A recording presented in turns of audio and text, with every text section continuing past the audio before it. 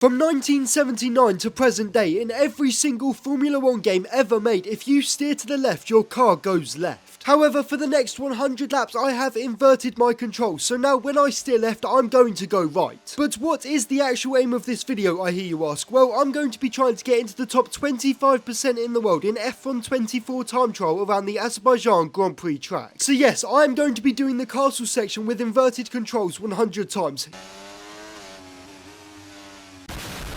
Yep, you are going to see me lose my mind. By the way, just for proof that I am actually doing this challenge, I have put a controller overlay on the screen, and we're now coming into turn 1 on my very first attempt at this challenge, and well, I'll just let this clip play out.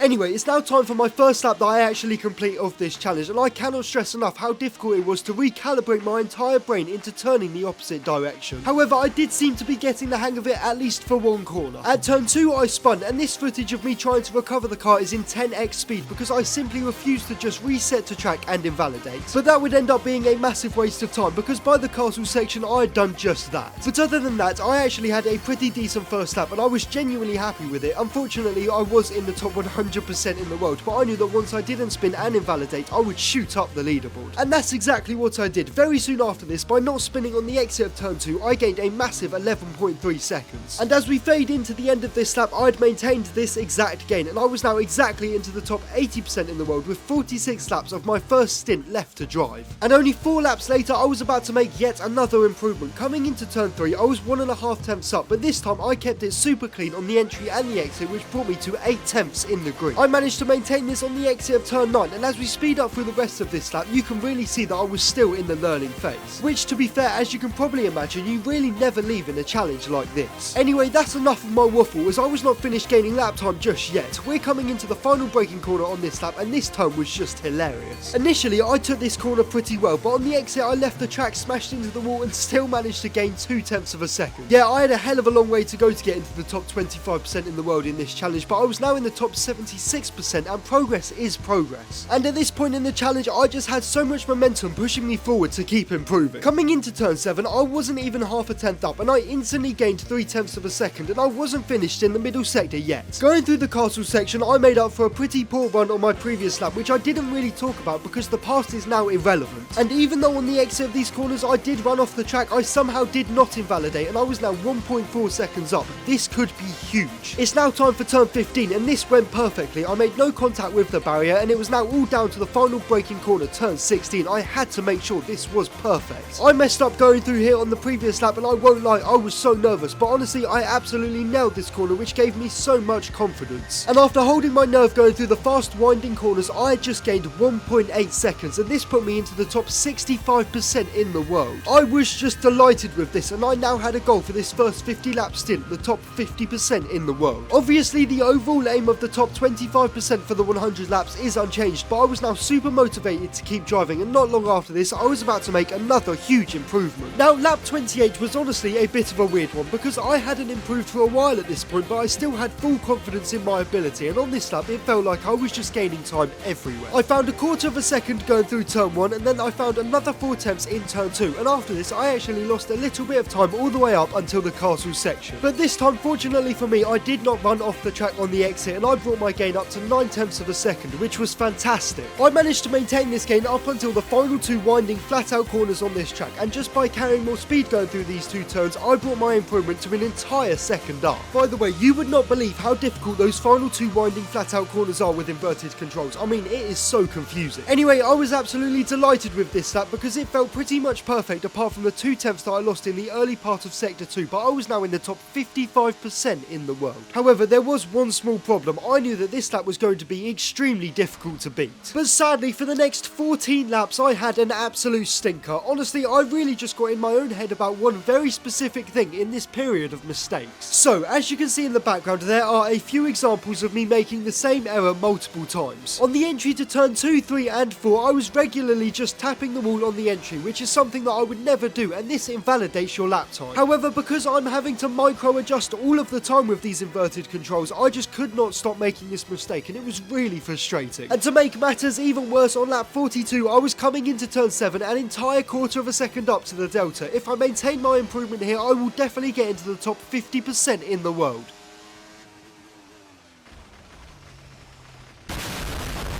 Yep, I quite literally repeated exactly what I did before I had even completed a lap with inverted controls in this entire challenge. And I won't lie, this specific incident properly demoralised me. However, I still had 7 laps left to drive in this first stint, and I was never going to give up easily. And with 3 laps to go, I was dialed in. Coming into turn 3, I was less than half a tenth down, and I had a phenomenal run through here, which brought me to just over a tenth up, and turn 4 was just unbelievable. I did know that I had a poor run going through here on the previous lap, but I did not know that it was so bad that I would gain another 4 tenths of a second, which I held on to up until turn 14. And I also made a mistake here on my previous personal best by hitting the wall. However, I was now a changed man, and this time I kept it super clean, and I was now 7 tenths in the green coming into turn 15. But sadly, going through turn 15, I honestly had a bit of a disaster. I tried to totally abuse the game physics with hitting the barrier, but I got a poor exit, which I probably deserved. And once again, I just could not hold my nerve going through the final corner, and I just lost another 2 tenths of a second. I was now only 3 tenths up, which I would maintain until the finish line, and me getting into the top 50% in the world was well and truly in God's hands. And fortunately for me, I was very luckily rewarded with the top 50% in the world for this lap of progress. I obviously was delighted with this, but the first aim was only a minor side quest compared to the overall aim of the top 25% in the world. And by the way, just for reference, here is my 50th lap of this challenge. So before we get into the next 50 laps, I want to tell you a little bit about my mindset going into the stint, and one of the main things that was keeping me super confident was that I knew that there was at least 3/4 of a second to find compared to my previous personal best. And that 7.5 tenths was only from the final 2 braking corners on this track, and I just could not wait to get started with this final stint. And only 11 laps into my second 50 lap stint, I was coming into these 2 crucial corners 1.75 tenths up. To be honest, I should have had a way better turn 15, as even though my entry to the corner was pretty good, I just could not keep control of the car in a straight line, and I lost a little bit of lap time. However, coming into turn 16, I was still over a tenth up and literally nothing to lose. And I absolutely nailed this corner. I broke at the right time and hit the apex perfectly, which was ideal. I had now brought my gain up to over half a second, and unfortunately I did lose a little bit of time going through the winding corners, but I did not care as I was still just above 5 tenths in the green. This lap managed to put me into the top 42% in the world, and with 40 laps to go, I knew that this challenge was absolutely completable. Hello, I'm sorry to interrupt, but the other day I was scrolling the YouTube Studio homepage and I came across this statistic on my most recent video. Honestly, I've seen hundreds of other YouTubers show their viewers this, and I understand that it's frustrating, but 9% might be an all-time low. So please do me a massive favour and subscribe. I am the only person involved in creating these videos, and trust me, they take me days to make. Thank you so much, and back to the video. And only 6 laps later, I was half a tenth up going down this back straight, and unknowingly, I was about to set an unbelievable lap. Coming into turn 3 and 4, honestly, I just wanted to stay in the green, and fortunately for me, I did just that. To be honest, I've got no idea how I did not invalidate after hitting the wall on the entry to turn 3, but I am not complaining. Now it's time for turn 5 and 6, and I absolutely nailed these 2 corners. I had a great exit out of turn 6 by basically abusing the barriers, and now I was 4.5 tenths up. Through turn 7, even more progress. I had another brilliant exit, and into the castle section, I was 6 tenths up. Now honestly, this section of corners genuinely gives me PTSD, but thankfully this time that did not matter, and I managed to keep it super clean going through here, and I'd pretty much maintained my gain up until turn 16.